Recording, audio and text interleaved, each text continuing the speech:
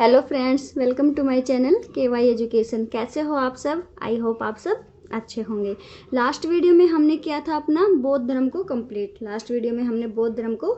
किया था। आज हम करेंगे अपना जैन धर्म। इसका भी बैकग्राउंड वही सेम है जैन धर्म का भी, जो बौद्ध धर्म का हमने किया था, यानी कि उत्तर वैदिक कल्चर के बाद। वैदिक कल्चर में तो ठीक था, लेकिन उत्तर वैदिक कल्चर तक आते आते क्या होता है, हमारे हिंदू धर्म में हमें क्या देखने को मिलता है, बहुत सारी बुराइयां, एक तरह से धर्म आडंबर में हमें परिवर्तन देखने को मिलता है। बहुत सारे चेंजेस आते हैं जो कि लोगों के मन में क्या करते हैं, वो असंतोष की भावना उत्पन्न कर देते हैं, यानी कि यज्ञ बलि का वो विरोध करते हैं और अंधविश्वास हो जाता है स्टार्टिंग, जादू मंत्र टोना, यानी बाह्य आडंबर का क्या होता है, धर्म में प्रवेश होता है। फिर उसके बाद क्या होता है, 6ठी शताब्दी ईसा पूर्व में जिन नए धर्मों का उदय होता है, नास्तिक संप्रदाय का, हमने किया था ना आस्तिक दर्शन और नास्तिक दर्शन। आस्तिक दर्शन क्या होता था, नास्तिक। तो जिन नास्तिक दर्शन का उदय होता है, नास्तिक धर्मों का, यानी कि जो वेदों में विश्वास नहीं करते थे, जो नास्तिक धर्म को उदय होता है, वो थे हमारे बौद्ध धर्म और जैन धर्म। तो वही चीजें हमारी जैन धर्म में है। तो बौद्ध धर्म हमने कंप्लीट कर लिया। अब आता है हमारा जैन धर्म। क्या था जैन धर्म? जैन धर्म का संस्थापक के रूप में हम किसको मानते हैं? महावीर स्वामी को मानते हैं। तो आज हम करेंगे जैन धर्म में जैन धर्म का थोड़ा बैकग्राउंड पूरा, और महावीर स्वामी के बारे में, इनके उपदेश और शिक्षाएं। फिर नेक्स्ट वीडियो जो आएगी हमारा, इसका सेकंड पार्ट आएगा, उसमें हम करेंगे जैन धर्म का विभाजन जो होता है, कैसे विभाजन हुआ, फिर उसके बाद कौन सी चीजें इसमें जुड़ जाती हैं, इसकी सवाएं, तो वो हम करेंगे। आज हम कर रहे हैं महावीर स्वामी के बारे में और जैन धर्म की उपदेश यानी शिक्षाओं के बारे में। तो देखो, जैन धर्म क्या है, ऐसा माना जाता है कि जो जैन धर्म है ना, वो सबसे प्राचीन धर्म है, सबसे पुराने धर्म के रूप में अगर हम जिसको मानेंगे तो वो जैन धर्म है। और जैन धर्म को शाश्वत धर्म के नाम से भी हम बोलते हैं या जाना जाता है। शाश्वत का मतलब क्या होता है? जैन धर्म को किस नाम से भी बोलते हैं? शाश्वत धर्म।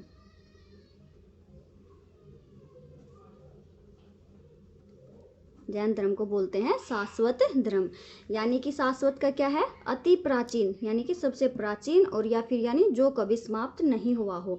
तो जैन धर्म को शाश्वत धर्म भी बोलते हैं। जैन धर्म में कुल 24 तीर्थंकर हुए हैं। जैन धर्म में हम क्या पढ़ेंगे? जैन धर्म में हम पढ़ेंगे 24 तीर्थंकरों के बारे में।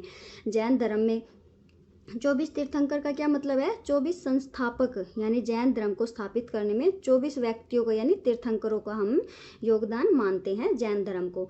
लेकिन जो प्रथम तीर्थंकर के रूप में हम जिसको मानते हैं, जैन धर्म के प्रथम तीर्थंकर यानी जैन धर्म के संस्थापक कौन थे? ऋषभदेव। कौन थे? ऋषभदेव। इसको क्या बोलते थे? इनको आदिनाथ के नाम से भी जानते थे। ऋषभदेव को। लेकिन जो प्रथम के बाद कौन से है, जैसे दूसरा भी आएगा तीर्थंकर, तीसरा भी है, चौथा, तो ऐसे करके कितने हुए? 24 तीर्थंकर हुए हैं। लेकिन हमें सभी के बारे में हमें एक तरह से लगाओ जानकारी नहीं मिलती है, क्योंकि साक्ष्य के अकॉर्डिंग हमें उनके बारे में नहीं पता चलता, और यानी कि वो इतने इंपॉर्टेंट भी नहीं माने जाते, इसलिए हमें उनके बारे में इतनी जानकारी नहीं मिलती है। 24, ठीक है, 24 के बारे में जो इंपॉर्टेंट है वो कौन से है? प्रथम तीर्थंकर, 22वें, 23वें और 24वें जो हमारे महावीर स्वामी हैं, उनके बारे में ही जाना जाता है, और उन्हीं से लेकर ही एग्जाम में क्वेश्चन पूछे जाते हैं। तो प्रथम तीर्थंकर कौन सा है? ऋषभदेव, जिनको आदिनाथ भी बोलते हैं।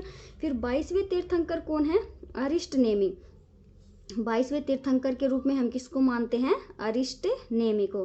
22 का नाम है अरिष्ट नेमि। ये जो ऋषभदेव और अरिष्ट नेमि है, इनके बारे में हमें ऋग्वेद से भी पता चलता है। जैन साहित्य के अलावा हमें किसके बारे में? ऋग्वेद से भी इनके बारे में पता चलता है, ऋषभदेव और अरिष्ट नेमि के बारे में। इन दोनों के आगे ये क्वेश्चन भी बन जाता है कि ऋग्वेद से हमें किन 2 तीर्थंकरों के बारे में पता चलता है, तो वो कौन कौन से? प्रथम तीर्थंकर और 22वां तीर्थंकर अरिष्ट नेमि का हमें ऋग्वेद से पता चलता है। फिर आते हैं हमारे 23वें तीर्थंकर। तो 23वें तीर्थंकर कौन थे? पार्श्वनाथ। 23वें तीर्थंकर कौन थे? पार्श्वनाथ। ये जो 23वें तीर्थंकर है पार्श्वनाथ है। और फिर इसके बाद हमारे 24वें में कौन आते हैं? महावीर स्वामी। 24वें तीर्थंकर है महावीर स्वामी। पार्श्वनाथ और महावीर स्वामी के टाइम में कितने अंतर है? 250 साल का अंतर है, 250 वर्ष का। ऐसा माना जाता है कि 250 साल पहले कौन थे? पार्श्वनाथ, यानी इनका जन्म हुआ था, और उनके बाद 250 वर्ष बाद कौन आए थे? महावीर स्वामी। इनमें 250 वर्ष का अंतर है। फिर जो ये पार्श्वनाथ थे, जैन धर्म के संस्थापक के रूप में तो हम ऋषभदेव को मानते हैं, लेकिन वास्तविक संस्थापक के रूप में हम किसको मानेंगे? महावीर स्वामी को मानते हैं। फिर जो ये पार्श्वनाथ है, इन्होंने क्या किया था? जैन धर्म में अपनी 4 शिक्षाएं नीति दी थी। इन्होंने एक तरह से 4 शिक्षाएं लागू की थी, 4 नियम बताए थे, जो बताए थे शिक्षाएं लागू की थी। वो कौन कौन से नियम बताए थे? सत्य, यानी सत्य का पालन करो, झूठ नहीं बोलना, अहिंसा, हिंसा नहीं करनी, असत्य यानी चोरी नहीं करना, और अपरिग्रह। अपरिग्रह का मतलब क्या होता है? अधिक से अधिक धन का संचय नहीं करना, यानी आवश्यकता से अधिक धन का संचय नहीं करना। अपरिग्रह, धन का संचय नहीं करना मतलब जितनी हमें आवश्यकता है, जितनी हमें ज़रूरत है, हमें उतना ही धन इकट्ठा करना है, ज़्यादा धन का हमें संचय नहीं करना है। तो सत्य यानी झूठ नहीं बोलना, अहिंसा, हिंसा नहीं करना, असत्य का मतलब चोरी नहीं करना, और अपरिग्रह। ये 4 शिक्षाएं दी थी, ये दी थी पार्श्वनाथ ने। लेकिन फिर हम आगे क्या देखते हैं? 5वां महाव्रत। जैन धर्म में हम क्या देखते हैं? 5वां महाव्रत। जैन धर्म में क्या है? पंच महाव्रत अपना एक अलग स्थान रखते हैं, यानी जैन धर्म में पंच महाव्रतों को महत्वपूर्ण स्थान दिया गया है। तो 5वां महाव्रत क्या है? ब्रह्मचर्य, और ये दिया गया महावीर स्वामी के द्वारा। जो 5वां व्रत है ब्रह्मचर्य का, वो महावीर स्वामी के द्वारा जोड़ा गया था जैन धर्म में। 4 तो दिए थे पार्श्वनाथ ने। कौन कौन से? सत्य, अहिंसा, असत्य और परिग्रह, ये तो दिए थे पार्श्वनाथ ने। लेकिन जो 5वां महाव्रत जोड़ा गया था ब्रह्मचर्य का, वो किसके द्वारा दिया गया था? वो जोड़ा गया था जैन धर्म में महावीर स्वामी के द्वारा। ओके, फिर आते हैं महावीर स्वामी। अब पढ़ेंगे हम महावीर स्वामी के द्वारा। जैन धर्म के संस्थापक के रूप में तो हम मानते हैं ऋषभदेव को, लेकिन वास्तविक संस्थापक जिन्होंने जैन धर्म को एक तरह से नई गति दी, दिशा प्रदान की, उसको हम बोलेंगे महावीर स्वामी ने। तो वहाँ महावीर स्वामी को जैन धर्म का वास्तविक संस्थापक माना जाता है। महावीर स्वामी का जन्म कब हुआ था? 540 BC में। महावीर स्वामी का जन्म हुआ था 540 BC में। इनका जन्म स्थल क्या है? कुंडग्राम, वैशाली में। इनका जन्म कहाँ हुआ था? इनका जन्म हुआ था कुंडग्राम, वैशाली में। और ये कौन से कुल के थे? ज्ञात्रिक कुल के आएंगे। ये जो महावीर स्वामी है, ये ज्ञात्रिक कुल के थे।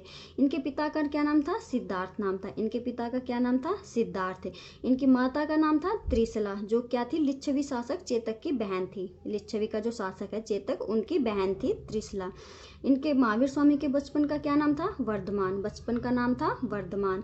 इनकी पत्नी का क्या नाम था? यशोदा। पुत्री थी महावीर स्वामी को एक पुत्री थी, उनका नाम था अनोंजा प्रियदर्शनी। हमें प्रियदर्शनी भी देखने को मिल जाता है बहुत जगह पर, लेकिन पूरा नाम क्या था? अनोंजा प्रियदर्शनी। इनके दामाद का क्या नाम था? जमाली। इनका दामाद था, उनका क्या नाम था? जमाली, जो कि इनका पहला शिष्य भी बनता है। महावीर का जो प्रथम शिष्य बनता है वो जमाली ही बनता है, और प्रथम विरोध भी जो करता है वो जमाली के द्वारा ही इस धर्म का विरोध किया जाता है। फिर है गृह त्याग। महावीर ने क्या किया था? 30 वर्ष की आयु में गृह त्याग किया था। वो किया था अपने बड़े भाई नंदवर्धन की आज्ञा के द्वारा। अपने बड़े भाई की आज्ञा के द्वारा इन्होंने क्या किया था? गृह त्याग किया था। इनके गुरु का क्या नाम था? मक्खली पुत्र गोसाल। ज्ञान प्राप्ति। महावीर स्वामी को कहाँ पर ज्ञान की प्राप्ति होती है? जम्बिग्राम में ऋजुपालिका नदी और साल वृक्ष के नीचे क्या होती है? 12 वर्ष के पश्चात, 12 वर्ष की कठोर तपस्या के पश्चात क्या होता है? इन्हें ज्ञान की प्राप्ति होती है 12 वर्ष के पश्चात। देखो, अब है ना, महावीर स्वामी को और गौतम बुद्ध को, यानी बौद्ध धर्म और जैन धर्म, दोनों धर्म साथ साथ थे। तो अब हम इन दोनों का कंपैरिजन करके एक तरह से दोनों का अरेंज करके पढ़ेंगे ना, तो हमें अच्छे से याद रह जाएगा। अब अगर हम जैन धर्म को पढ़ रहे हैं तो हमारे माइंड से बौद्ध धर्म के क्वेश्चन जैसे हट जाते, डिलीट हो जाते, एक तरह से ये मानो भूल जाते हैं हम। लेकिन अब हम इनको जैसे साथ साथ करेंगे। महावीर स्वामी का जन्म कब हुआ था? 540 BC में। और गौतम बुद्ध का जन्म कब होता है? 563 BC में। जन्म स्थल क्या था? महावीर का क्या है? कुंडग्राम, वैशाली। गौतम बुद्ध का क्या था हमारा? लुम्बिनी, कपिलवस्तु में। इनके पिता का क्या नाम था? सिद्धार्थ। महावीर स्वामी के पिता का क्या नाम था? सिद्धार्थ, जो कि गौतम बुद्ध के बचपन का नाम था सिद्धार्थ। गौतम बुद्ध के बचपन का नाम सिद्धार्थ था, और यहाँ क्या है? महावीर स्वामी के पिता का नाम सिद्धार्थ है। इनकी माता का क्या नाम था? त्रिशला। और गौतम बुद्ध की माता का क्या नाम था? महामाया। बचपन का नाम इनका क्या नाम था? वर्धमान। और गौतम बुद्ध का तो था ही सिद्धार्थ। इनकी पत्नी का क्या नाम है? यशोदा। ऐसे याद कर लो, यशोदा। महावीर स्वामी थोड़ा बड़ा नाम हो गया, और इनकी पत्नी का नाम है छोटा। बुद्ध, गौतम बुद्ध, बुद्ध छोटा नाम है ना, 2 ही अक्षर का है बुद्ध, और उनकी पत्नी का क्या नाम था? यशोधरा। तो ऐसे याद कर लो, जो छोटा है उसकी वाइफ का बड़ा नाम आ गया पत्नी का, और महावीर स्वामी बड़ा नाम है तो इनकी पत्नी का क्या नाम है? यशोदा। वैसे सेम ही नाम है, मिलते जुलते, यशोदा या यशोधरा। तो गौतम बुद्ध की पत्नी का यशोधरा और महावीर स्वामी की पत्नी का नाम यशोदा। उनके पुत्र रत्न ज्ञान प्राप्ति हुआ था उसका नाम था राहुल और इनकी पुत्री का नाम था अनोंजा प्रियदर्शनी। तो हम ऐसे कंपैरिजन करके करेंगे ना, या तो हमें याद हो जाएगा, वरना वो हमारे माइंड से निकल जाता है गौतम बुद्ध वाला टॉपिक। फिर था इनका दामाद जमाली, गृह त्याग 30 वर्ष की आयु में, और गौतम बुद्ध ने क्या किया था, 29 वर्ष की आयु में गृह त्याग किया था। इन्होंने अपने बड़े भाई नंदवर्धन की आज्ञा के द्वारा क्या किया था, गृह त्याग किया था। प्राप्ति स्थल, महावीर का ज्ञान प्राप्ति स्थल कहाँ हुआ था, ज्ञान प्राप्ति जम्बिग्राम में ऋजुपालिका नदी और साल वृक्ष के नीचे। और बुद्ध को ज्ञान प्राप्त कहाँ हुआ था, बोध गया में निरंजना नदी के किनारे पीपल वृक्ष यानी वट वृक्ष के नीचे बोध गया में हुआ था ना ज्ञान प्राप्त। और इनको क्या हुआ था, जम्बिग्राम में ऋजुपालिका नदी और साल वृक्ष के नीचे इन्हें क्या हुआ था, ज्ञान प्राप्त हुआ था। फिर आते हैं प्रथम शिष्य। अब इनका प्रथम शिष्य कौन बना था, जो इनका दामाद था जमाली, वही इनका प्रथम शिष्य भी बना था। इनके द्वारा महावीर स्वामी के द्वारा प्रथम उपदेश कहाँ दिया गया था, राजगृह में। प्रथम उपदेश कहाँ दिया गया था, राजगृह में जो दिया था, इन्होंने अपना प्रथम उपदेश दिया था। अब आती हैं इनकी प्रमुख उपाधियाँ। इन्होंने क्या क्या उपाधि धारण की थी, इनको क्या क्या उपाधि दी गई थी। जब महावीर के द्वारा ज्ञान की प्राप्ति की गई 12 वर्ष की कठोर तपस्या के पश्चात, तो इन्हें किस नाम के जाना गया, किस उपाधि दी गई। तो देखो ऐसा कहा जाता है कि महावीर स्वामी ने ना, जो महावीर है वो कैसे हुआ था नाम, महावीर स्वामी इनको कैसे बोला गया था, एक तरह से इन्होंने जब गृह त्याग किया था ना, जिन कपड़ों में किया था उन्हीं कपड़ों में क्या किया इन्होंने, आजीवन यानी कि ज्ञान की खोज में भटकते रहे, संघर्ष भी किया, इन्होंने उपदेश दिया, जो भी किया उन्हीं वस्त्रों में इन्होंने सब कुछ किया, उन्हीं वस्त्रों में इन्होंने एक तरह से संघर्ष किया। लेकिन फिर क्या होते हैं, कुछ टाइम के बाद धीरे धीरे वस्त्र क्या हो जाते हैं, फटकर जब गिर जाते हैं यानी खत्म हो जाते हैं उनके, इन्होंने क्या किया, ज्ञान प्राप्त किया। फिर क्या होता है, कुछ टाइम के बाद उनके वस्त्र, जब लंबे टाइम के बाद भी वो ज्ञान की खोज में भटकते, उन्हें ज्ञान भी प्राप्त हो गया, तो वो उन्हीं वस्त्रों में रहे जिन वस्त्रों में उन्होंने गृह त्याग किया था। उन्हीं वस्त्रों में महावीर ने क्या किया, ज्ञान की प्राप्ति भी की, ज्ञान का प्रचार प्रसार भी किया। फिर क्या होता है कि जब उनके वस्त्र एक तरह से फटकर गिर जाते हैं, खत्म हो जाते हैं, तो ऐसा कहा जाता है कि उसके बाद भी उन्होंने एक तरह से नग्न अवस्था में भी ज्ञान की कठोर तपस्या की, एक तरह से ज्ञान के लिए प्रचार प्रसार भी किया, कठोर तप रहकर कठोर जीवन अपनाया उन्होंने।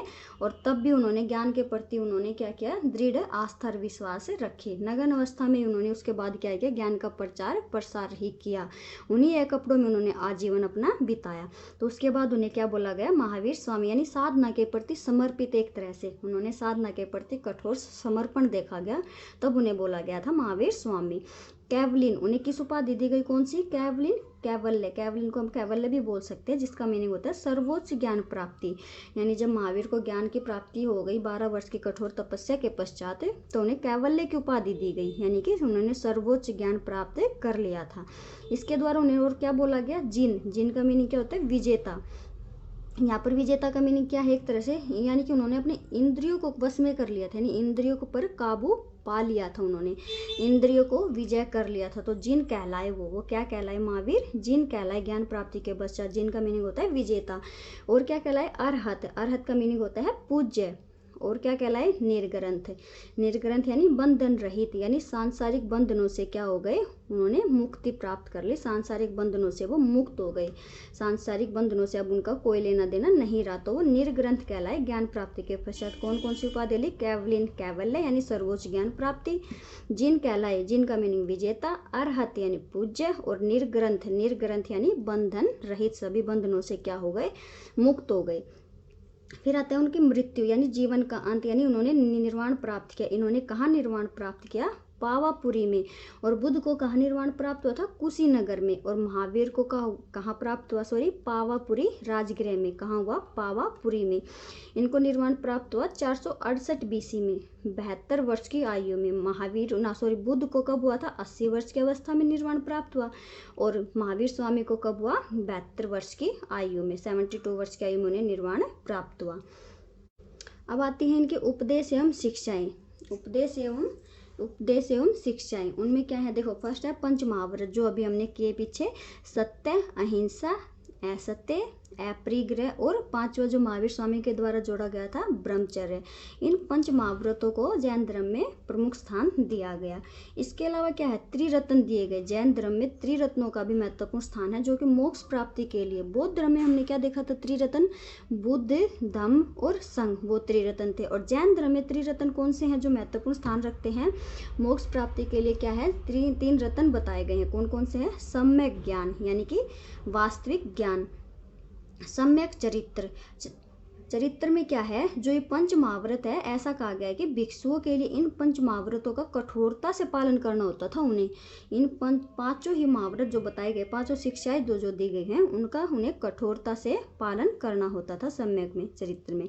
अब सम्यक दर्शन क्या है, यानी सत्य में विश्वास। सम्यक दर्शन में क्या था, यानी कि जो भिक्षु, यहाँ इसमें जैन धर्म में हम क्या बोलते, तीर्थंकर बोलते, और बौद्ध धर्म में हम क्या बोलते थे, भिक्षु बोलते थे। तो यानी जो तीर्थंकर होते हैं उनको क्या करना था, उनके प्रति, जो तीर्थंकर है उनके प्रति क्या करना था, दृढ़ आस्था और श्रद्धा रखनी होती थी। सत्य में विश्वास है इनका मीनिंग होता है। और इसमें ये जैन धर्म में क्या था, जैन धर्म के प्रति जो तीर्थंकर है उनको दृढ़ आस्था और एक तरह से श्रद्धा रखनी होती थी सम्यक दर्शन में। ये 3 रत्न बताए गए हैं मोक्ष प्राप्ति के लिए। उस बौद्ध धर्म में क्या था, बुद्ध, धम्म और संघ। और इसमें क्या है, सम्यक ज्ञान, सम्यक चरित्र और सम्यक दर्शन, ये 3 रत्न दिए गए। तो ऐसे याद रखना, ये त्रिरत्न जैन धर्म में भी है और त्रिरत्न बौद्ध धर्म में भी है। अब बौद्ध धर्म में है संलेखना वर्ड हमें देखने को मिलता है। क्या होता है संलेखना का मीनिंग होता है उपवास द्वारा प्राण त्याग करना। जैन धर्म क्या कहता है, उपवास द्वारा प्राण त्यागना का मतलब क्या है, यानी कि ये है कि मनुष्य को भूखे रहकर प्राण त्यागना, ये नहीं है कि एक ही दम से भूखे रहना। जैन धर्म क्या कहता है, जैन धर्म ऐसा कहता है कि मनुष्य को एक तरह से धीरे धीरे भोजन छोड़ देना चाहिए। एक टाइम पीरियड आने के बाद उसको बिल्कुल ही पूरी तरह से भोजन छोड़ देना चाहिए। अब स्टार्टिंग में मानव है वो अब जैसे 3 टाइम खाता है तो वो क्या करेगा, उसको 2 टाइम खाना चाहिए। जैन धर्म ऐसा कहता है। फिर क्या बोलेगा, एक टाइम आएगा, उसके बाद धीरे 2 टाइम हो गया, फिर 2 टाइम के बाद क्या करना है, हमें 1 टाइम खाना खाना है। फिर 1 टाइम ऐसा आ जाएगा, यानी 70 वर्ष की अवस्था, आप 70 वर्ष के बाद लगा लो, ज़्यादा से ज़्यादा क्या करना है, मनुष्य को बिल्कुल ही भोजन छोड़ देना है। उनका क्या मानना है, जो हमें रोग होते हैं एक तरह से वो कि भोजन हमारे खाने पीने से ही तो होते हैं ना। हमारा जो बीपी है, डायबिटीज है, जो भी हमें बीमारी होती है, शुगर है, जो भी है, वो खाने हम जो खाते हैं उसी के द्वारा तो होती है। तो जैन धर्म ऐसा मानता है हमें उपवास द्वारा प्राण त्याग करना है। हमें धीरे धीरे क्या करना है, 3 से 2 टाइम आना है, 2 से फिर 1 टाइम, और फिर धीरे धीरे करके हमें क्या करना है, भोजन का त्याग कर देना, एक तरह से भूखा रहकर प्राण त्याग करना है। इसका मीनिंग है, संलेखना का मीनिंग है ये। और क्या कहता है जैन धर्म, क्या शिक्षा है जैन धर्म की? जैन धर्म कहता है, जैन धर्म आत्मा, पुनर्जन्म, कर्म, मोक्ष और वर्ण में विश्वास करते थे। यानी जैनिज्म जो होते थे, जैन व्यक्ति जैन धर्म जो अपनाते थे, जो तीर्थंकर जो व्यक्ति होते थे, वो क्या करते थे, आत्मा में विश्वास करते थे। आत्मा का मतलब क्या है, यहाँ पर हर सजीव वस्तुओं में क्या है, आत्मा है। हर सजीव वस्तुओं में क्या है, आत्मा है। और उनको जो भी यानी कि नुकसान पहुंचाना, उनको चोट पहुंचाना क्या है, एक तरह से वो हिंसा मानते हैं। तो वो आत्मा में विश्वास करते थे। फिर क्या करते थे, पुनर्जन्म में, यानी वो पुनर्जन्म में भी विश्वास करते थे। हमारे कर्म के अकॉर्डिंग क्या होता है, हमारा पुनर्जन्म होता है। कर्म यानी हम कैसे कर्म करते हैं उसकी अकॉर्डिंग हमारा पुनर्जन्म। तो कर्म और पुनर्जन्म में क्या करते थे, जैनिज्म विश्वास करते थे। मोक्ष, मोक्ष का क्या मीनिंग होता है, एक तरह से जन्म मरण के चक्कर से, यानी मुक्ति, यानी मोक्ष प्राप्त करना ही। जो जन्म मृत्यु का जो चक्कर है उससे जैसे मुक्ति प्राप्त कर लेना क्या कहलाता है, मोक्ष। तो वो इसमें भी विश्वास करते थे। और वर्ण व्यवस्था, जो वर्ण व्यवस्था हमारे समाज में स्थापित की गई थी, उसमें क्या करते थे, जैनिज्म, जैन जो भिक्षु यानी जो तीर्थंकर होते थे वो विश्वास करते थे। जैन धर्म ये मानता था आत्मा, हमें आत्मा, पुनर्जन्म, कर्म, मोक्ष और वर्ण में जैन धर्म विश्वास करता था। जो जैन धर्म है वो क्या कहता है, जैन धर्म में 2 सिद्धांत बताए गए हैं, स्यादवाद एवं अनेकांतवाद का सिद्धांत दिया। जैन धर्म में ये भी अपना महत्वपूर्ण स्थान रखते हैं, स्यादवाद। स्यादवाद क्या होता है, स्यादवाद में ये कहा गया कि एक व्यक्ति है जो वो एक ही धर्म को समझ सकता है। एक व्यक्ति एक टाइम में एक ही धर्म को समझ सकता है। स्यादवाद में ये मानते थे जैनिज्म कि व्यक्ति द्वारा एक टाइम में एक ही धर्म को समझा जा सकता है। एवं क्या दिया उन्होंने, अनेकांतवाद का सिद्धांत। अनेकांतवाद का क्या सिद्धांत दिया, उन्होंने ये कहा कि सभी वस्तुएं क्या है, संसार में क्या है, बहुत सारी वस्तुएं हैं, यानी कि बहुत सारी वस्तुएं हैं और उनका अपना एक धर्म है, एक तरह से उसको धर्म से जोड़ के, यानी हर वस्तु के अपने एक अलग अलग लक्षण हमें देखने को मिलते हैं। अनेकांतवाद में क्या है कि बहुत सारी वस्तुएं हैं, उनके द्वारा अलग धर्म का पालन किया जाता है, यानी कि उनके अलग अलग लक्षण होते हैं। ये था अनेकांतवाद। सयादवाद यानी एक व्यक्ति एक टाइम में एक ही धर्म को समझ सकता है, जो सभी को समझ सकता है। जिन्होंने कैवल्य ज्ञान की प्राप्ति कर ली है वो इन दोनों को अच्छे से समझ सकता है, उसके अलावा जो साधारण आदमी होता है वो इनको नहीं समझ सकता।